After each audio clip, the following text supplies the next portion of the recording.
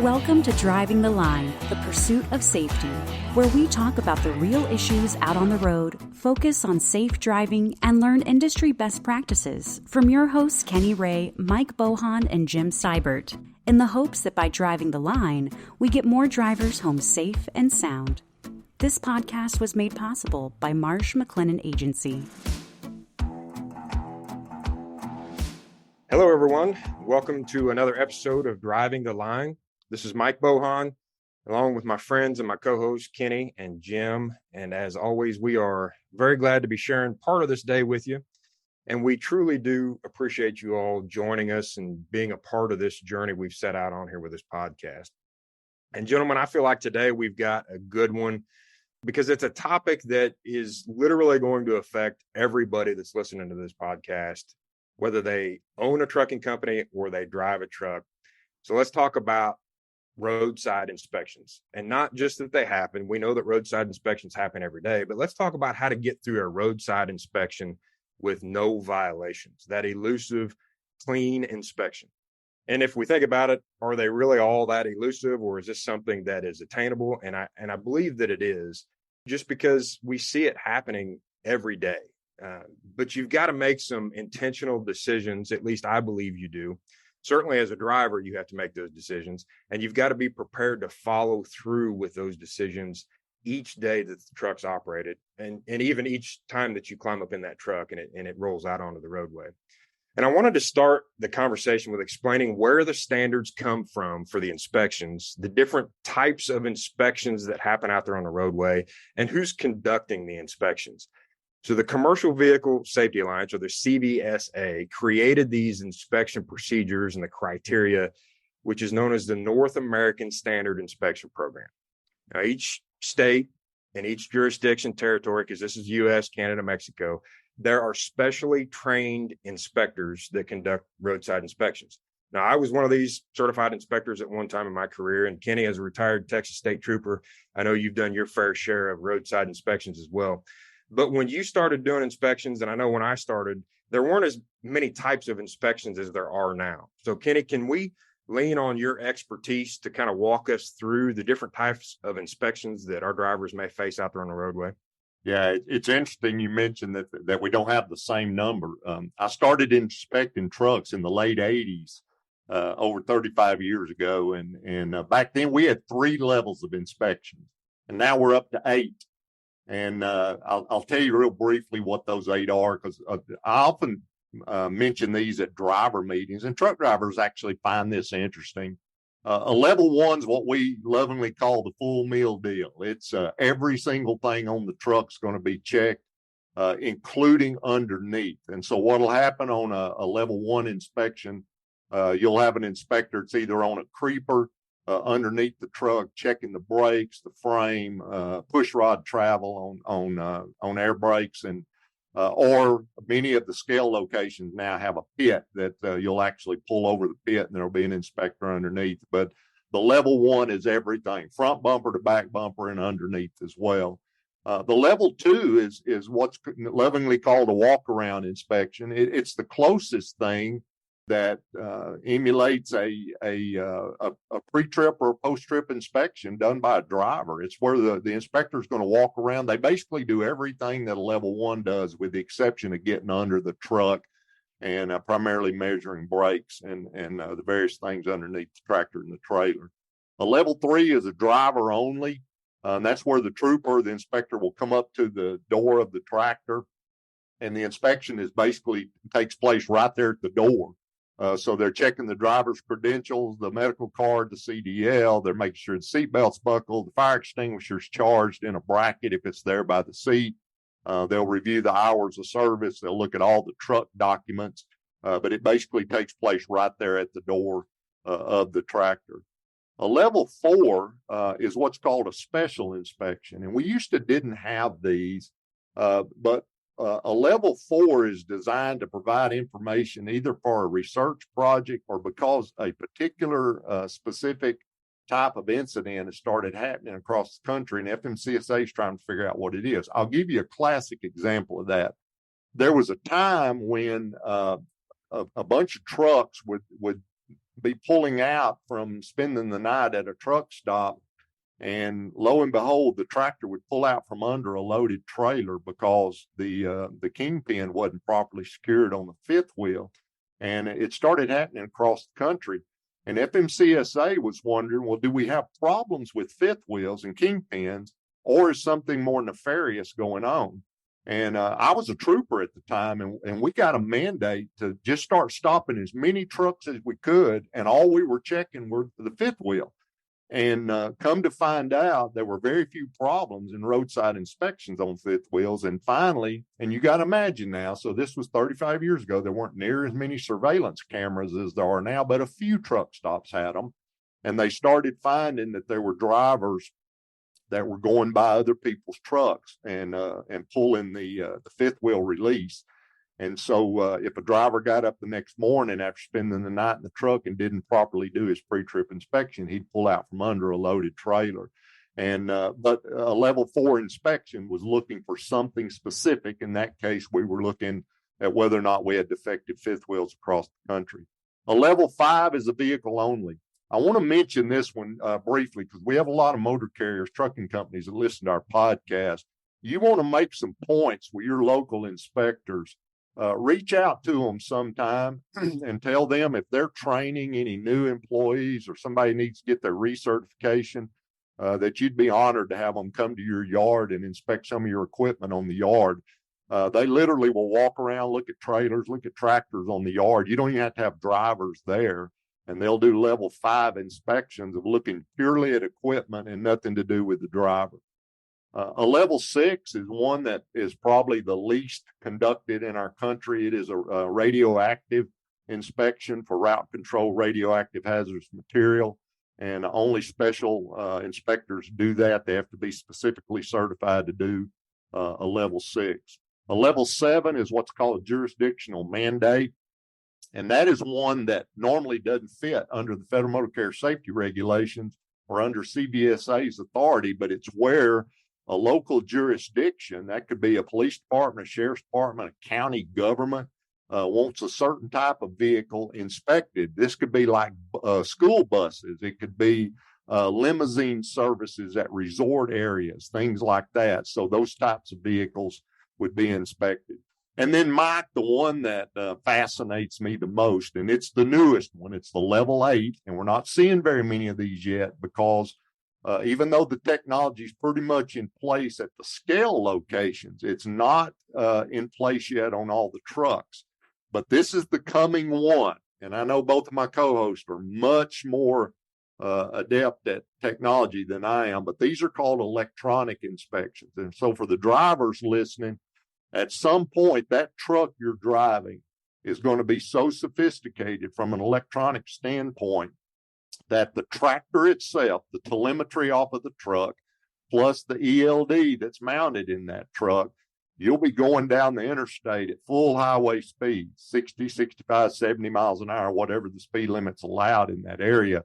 And just like now with pre-pass, if you enter close to a scale location and it tells you to stay on the road or to pull into the scales, there's going to be sensors mounted above that highway that's going to actually read that truck at highway speed, and it'll be able to tell everything about that truck, including your hours of service, whether or not your CDL is current, your medical card. It'll check the bills. It basically will do an inspection of your truck going down the highway without you ever having to stop. And then the results of that inspection will be relayed electronically through email or some other way back to the motor carrier to receive those. That is the coming thing. That's going to be good for our industry because we lose a lot of productivity with trucks sitting in scale locations waiting to get inspected, and it's going to way cut down on the amount of time on those inspections. So, Mike, we've gone from 3 up to 8 now, and they get a little more sophisticated each time. Even though there is 8 of them now, we still probably seeing the 1s, 2s, 5s. You mentioned the level 5s. They do the FMCSA, state folks that are doing new entrant safety audits. They're doing level 5s when they're coming out and doing their audits as well. So I did want to, you brought up an interesting point about inviting law enforcement out. if they've got some folks that need to do some inspections, that is a great way to do some internal training as well. I've had companies that we reach out to some folks who've got good working relationships with the highway patrols that we work, the states we work in. And we just ask them, hey, could you come out? We'll pull a truck in, just go through an inspection with us. We're going to have all our drivers here. We're going to get all our mechanics here. Let's go through an inspection while we're here. Let people ask questions. Can you tell us what you're looking for? Point some stuff out to us. And I think that's a great opportunity for you there, and really to build a good relationship with your law enforcement in your state as well. So, and I don't know of a single state that doesn't do that. That they'll, all it is arranging a convenient time. But in Texas, our troopers come out to motor carriers all the time as part of a safety meeting, and like I said, they'll pull a tractor and a trailer in, or if it's a pretty day, they'll just have it out on the yard, and that trooper will just show all of those drivers. And it's interesting you mentioned the mechanics. I want to share something real quick. This whole podcast, this episode is how to obtain a good roadside inspection, or how to pass a roadside inspection. And it's interesting that it comes down, it's almost a mathematical formula to me. It's two basic things. It's a driver doing a proper pre-trip plus mechanics fixing the things that are found. So it's proper pre-trip plus good maintenance, good preventative maintenance equals a successful roadside experience, a roadside inspection. And the inspection, even though we're up to 8 levels now, the basics of what goes on in an inspection hasn't changed. I mean, right. I just, for all of our listeners right now, just kind of get a mental image. A truck's been pulled over on the side of the highway. There's a police car stopped behind it, or it's pulled into a scale, and an inspector walks up to the door, and the door opens, and that starts the process. And I think it's important. We got a lot of truck drivers that listen to this podcast, and many of y'all know I'm the son of a truck driver. I've been around the trucking industry my whole life, and I got 2 little brothers that are both driving as we speak. I come from a trucking family, but the whole attitude of the inspection starts with that initial interaction between that inspector and that driver. I've walked up to hundreds of trucks, and most of the time they open the door and they'll say, "Hello, trooper, what's going on? Can I help you?" It'd be something friendly. Every once in a while, I'd walk up to one and the door would open. The guy say, "What do you want? Or why are you hassling me today?" And in Texas, lovingly, we used to say, "Well, he flunked the howdy test." and that would start the whole process right there. And invariably, it didn't end up good for that driver, because I wouldn't do anything illegal or unethical. But by the same token, I was extremely thorough. And everything I found went on that inspection list, and I took my time with my inspection. I wanted it to be thorough. I took my time explaining everything. I gave him an opportunity to ask questions. And maybe an hour and a half, 2 hours later, we'd be through somewhere. I'm being a little facetious, but my point is, it starts the good interaction with just being courteous and friendly to the inspector. They're doing a job just like everybody else. But imagine that inspector's at the door. He or she's going to check your seatbelt. They're going to check the fire extinguisher. They're going to look at your ELD. They're going to want to see your permit book. They'll check your registration. If you're hazmat, they'll check your hazmat registration. If you're hazmat, they'll check your shipping paper. And then they're simply going to start down the side of that tractor. Some of them go clockwise, some of them go counterclockwise, but they'll look at the fuel tanks. They'll look at the fifth wheel. They'll look at the frame. They're going to check all the lights, the tires, the wheels. That at some point, they'll have you turn the truck off and release the parking brake and step on the foot brake, and they're listening for air leaks. If you're a flatbedder, they're going to be looking at load securement. If you're hazmat or you're a permitted load, they're going to be checking all of the things that go with those specialized loads. But again, the point is, on achieving a good roadside inspection, it is doing a proper pre-trip inspection. And the reason I just went through those points very quickly, those are the kind of things a driver needs to check during the pre-trip. And then the driver needs to make sure anything he or she finds wrong with that truck, that information gets relayed to a mechanic, and the mechanic fixes whatever it is. And so for the motor carriers that are on here listening right now, remember, your drivers need to be doing good, proper pre-trips, and your mechanics need to be doing good, solid maintenance. And those are the two keys. And Jim, I know you've got a lot of experience with the importance of maintenance. And, what are your thoughts on the maintenance half of that equation? If the driver does a proper good pre-trip, how important is it for the mechanics to fix the things they find? It's the utmost importance. You've got the operator level, and then you've got the mechanic level. And when I think about some times of mine in the military and military convoying, when I think about the ag industry that I'm now a part of, and our vehicles going over the road, the pre-trip inspections conducted properly, you can identify those items that should stop you from getting over the road. You find the nail biter items that you identify something ahead of it actually being the issue. And preventative maintenance, it's in the name, preventative. If I'm conducting the maintenance the way, or my inspection the way I'm supposed to, I can lessen the likelihood of a significant breakdown, or just like you mentioned, Kenny, getting pulled over for maybe an obvious reason, or that being something that slows down the inspection. If I'm doing my part on the front side, things are being addressed before I leave the lot, everything speeds up. I have had massive gearboxes 150 foot off the ground in the ag industry that my oil sampling told me I was starting to have problems. And what I was able to do was coordinate with the provider to have that massive gearbox on hand and local. So I knew that when it went, I needed to have it there. It's a large dollar purchase, and I needed to have a crane ready and able, because we are in the throes of harvest. I'm seeing 400 trucks a day, neighborhood of 450,000 bushels. But being able to identify the issues ahead of them stopping the operations is the key to that preventative inspection and maintenance program. And, we do some things different in the military naturally. We have a pre, during, and post inspections. And we've got logs that we're filling out as we go through, that we can hand that mechanic at the end of the day a list of, this is what I annotated before, any discrepancies, then it keep me from hitting the road.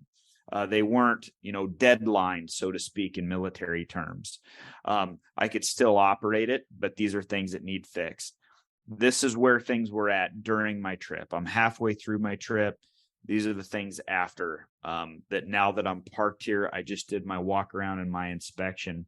And also you have a level of what that operator is allowed to do.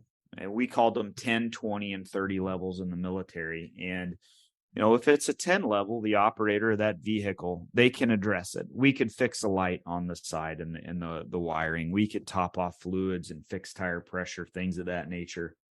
But combat missions and training to fight, they're a little bit different than, supplying the world with sustenance and with things that they've ordered.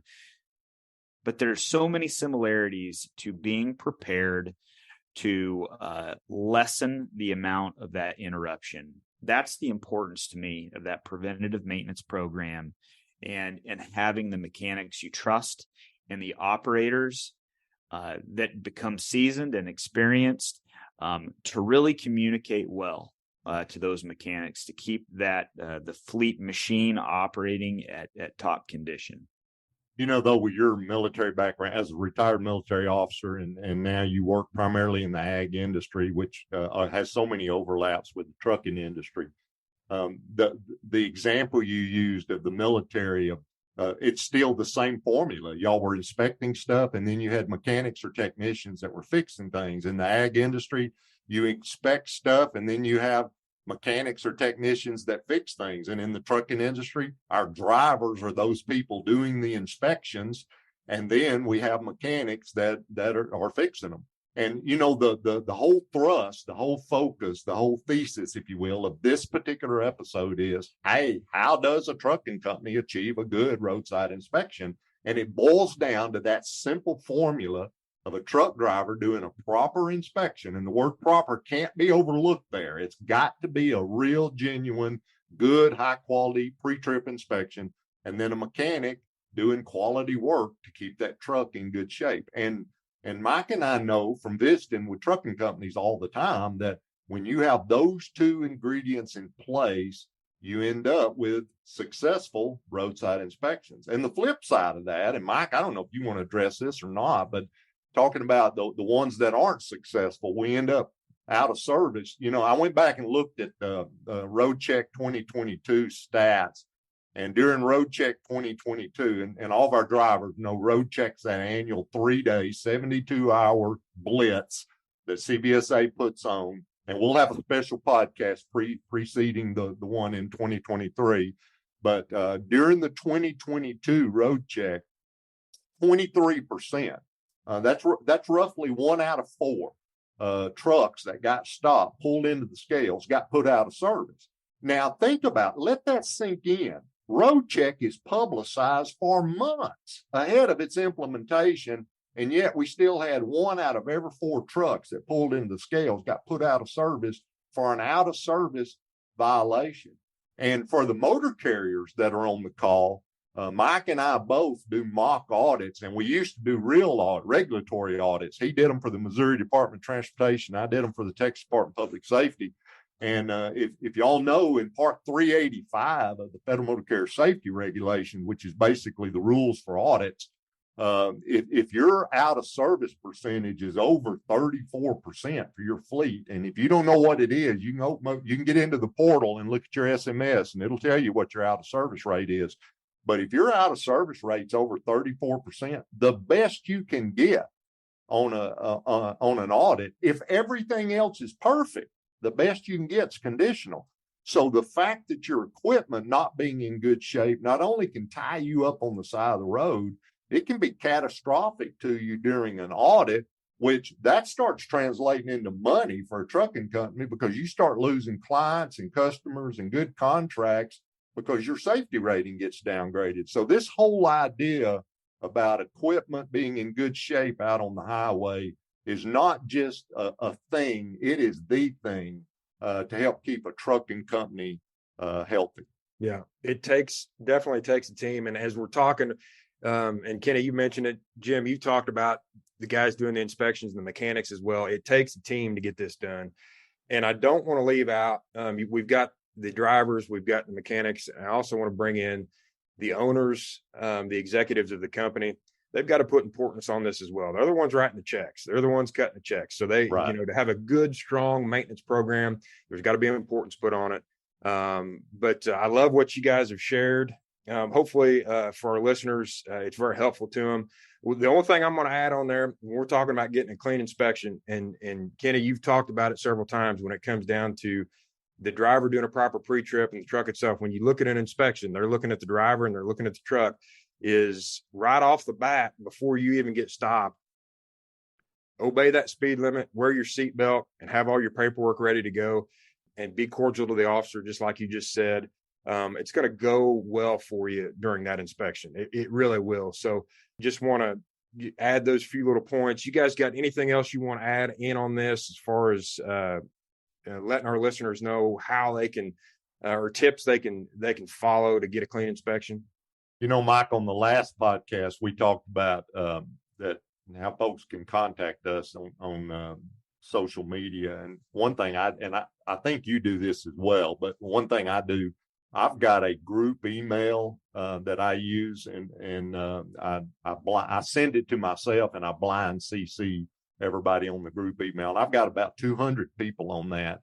And I regularly send out regulatory updates, things that are changing, tips and ideas and stuff like that. So if you're interested in contacting any of the three of us, we are always available to assist our clients or anybody else that's interested in these kind of things. But if you're interested in receiving regular tips about how to achieve a good roadside inspection or keeping your equipment in good shape, or like Mike said, the importance of the owners of these motor carriers having good policies and procedures in place, reach out to us, and we can always have a private conversation about any of these topics if you find one of particular interest to you.